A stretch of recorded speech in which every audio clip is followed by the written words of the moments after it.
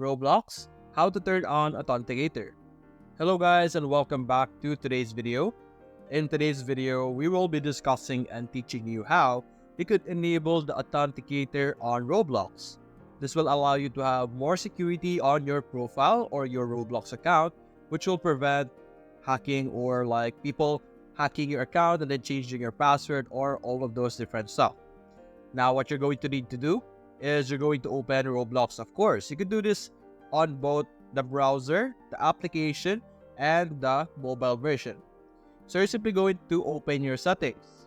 To be able to do this on the desktop version, you're simply going to click this three dots over here. After that, you're going to see this section where you can view settings over here. You're simply going to click on settings, and then you will be able to see this option, security.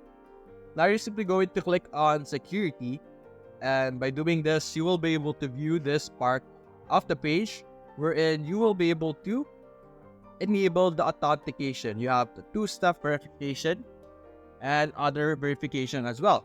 You have the Authenticator app, email, security key.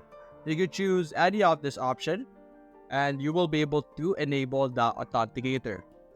And that's it guys. That is how you will be able to enable your authentication, which is very important.